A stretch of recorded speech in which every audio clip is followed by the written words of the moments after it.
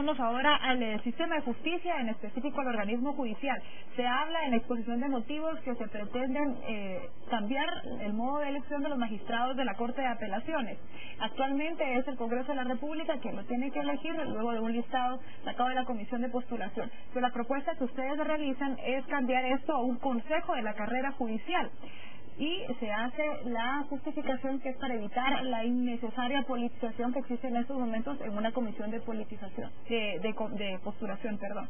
Con este Consejo de la Carrera Judicial, primero, ¿quiénes los van a integrar? Y segundo, ¿no sería también incurrir nuevamente en una politización porque nuevamente está quedando en un consejo la elección de los magistrados de la Corte de Apelación? Sí, pero digamos, primero, la carrera judicial lo que pretende fundamentalmente es que las designaciones de los magistrados de la Corte de Apelaciones sean por oposición. O sea, que no sea por una elección de carácter eminentemente político. Claro.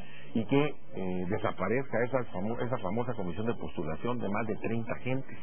¿Verdad? Que se ha vuelto ya un show, una cosa totalmente inmanejable. Entonces, ir a la carrera judicial es propugnar por un sistema de oposición. Entonces, vamos a tratar de que los magistrados de la Corte de Apelaciones verdaderamente lleguen a los cargos los mejores y no digamos a través de una cuestión eminentemente política.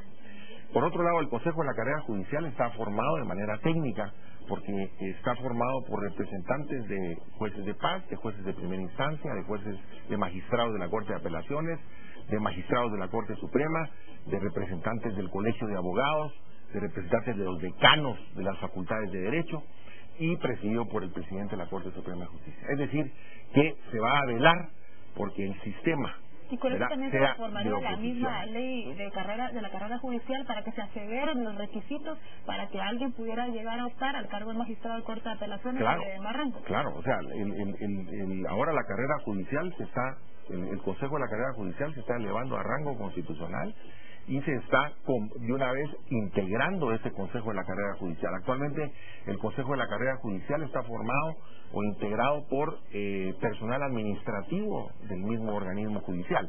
Aquí se deja claro, ¿verdad?, que existe un balance. Gente representando a los distintos estamentos de jueces y magistrados y por otro lado representantes de fuera, que son designados precisamente para darle un balance de gente que está a lo interno y de gente que está a lo externo. Siempre en el tema de la integración de la Corte Suprema de Justicia, se reforma el artículo 214, dice la propuesta, en donde la Corte Suprema queda integrada con 10 magistrados que serán electos para un periodo de 10 años. ¿Nos puede explicar por qué el número de 10? ¿Por qué no 13 como está actualmente ahora? Y no me queda claro este punto en cuanto a que se elige para un periodo de 10 años, pero se renueva la Corte cada 5. Si me pudieras explicar un poco. Sí, actualmente el periodo de funciones de la Corte Suprema es de 5 años. Y entonces tenemos no hay estabilidad en la magistratura. Entonces, se pretende darle un periodo más largo. No se llega a la magistratura vitalicia, pero ya hay un periodo, digamos, más largo donde hay una estabilidad de la magistratura. Y se renueva la mitad cada 5 años. En la primera oportunidad, pues se tendrá que sortear para que ver quiénes salen, solo van a ocupar sus cargos por 5 años, pero la idea es que quede eso ya por 10 años, pero cada 5 se esté renovando parcialmente la Corte Suprema de Justicia. ¿Por qué 10 magistrados? Bueno, porque se está creando el Consejo, digamos, la Cámara Administrativa, y esta Cámara Administrativa tiene una integración. Entonces, cuando se elevó el número de magistrados de 9 a 13, es porque de ahí iba a salir la Cámara Administrativa. Entonces, se reduce el número de magistrados de la Corte Suprema de Justicia, pero por otro lado, se está integrando con 4 miembros la Cámara Administrativa del organismo judicial. Ahora en el tema de la Contraloría General de Cuentas, en el inicio de este año se habría conocido que se iba a empezar a formular una modificación en cuanto a la dirección que tendría el pago de multas. Ya no llegarían a los fondos de la Contraloría General de Cuentas, sino que a un fondo común del cual después podría ser utilizado para cualquier otra institución. Esto llegó a repercutir en declaraciones por parte de Nora Segura que lo dejaban sin dientes. a la Contraloría General de Cuentas. Con estas reformas que se pretenden impulsar, en específico el artículo 21, y con este consejo que se habla, que estará a cargo de la fiscalización de las actuaciones de la Contraloría General de Cuentas, se está contemplando esto, es decir, ¿con qué presupuesto llegará a actuar? ¿Será que se le va a ampliar? ¿Será que se va a tomar en cuenta esta restricción que se le había ya aprobado desde inicios de año? ¿O qué va a pasar? ¿Tendrá dientes los fiscalizadores? Fíjese que, digamos, en el tema propiamente de multas y todo esto, pues tiene que ver con la reforma a la ley de la Contraloría de Cuentas. En la reforma constitucional propiamente lo que se está haciendo es darle una independencia económica a la Contraloría, fijándole un piso de un 1% de los ingresos ordinarios del Estado. ¿Por qué?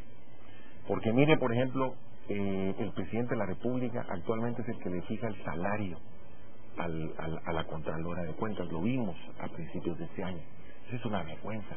¿Por qué? Porque el órgano que va a fiscalizar es un órgano que al mismo tiempo está subordinado administrativamente al fiscalizado. Entonces, la idea es darle una independencia, no solo funcional, sino económica a la Contraloría, para que tenga su propia autonomía, para que su autonomía sea verdaderamente eficaz. Y por otro lado, se está creando un consejo que va a fiscalizar al fiscalizador. Será un consejo que va a fiscalizar al Contralor General y a la Contraloría en general. Entonces, realmente sí se está dando un salto cualitativo en materia de fortalecimiento del poder control del Estado. Finalmente, señor Fuentes de Estarak, ya estamos en tiempo, pero me queda la duda en cuanto al artículo 244, en cuanto al Ejército de Guatemala.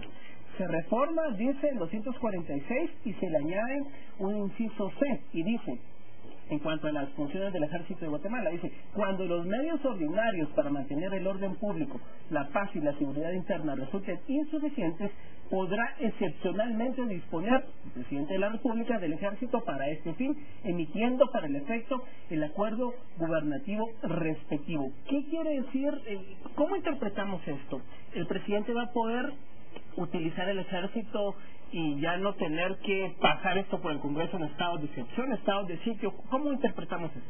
En primer lugar, quisiera señalar que estamos estableciendo no solo las Fuerzas Armadas de carácter militar en la Constitución, sino que también las Fuerzas de Seguridad Civil. Y por eso es que se le está dando rango constitucional a la Policía Nacional Civil.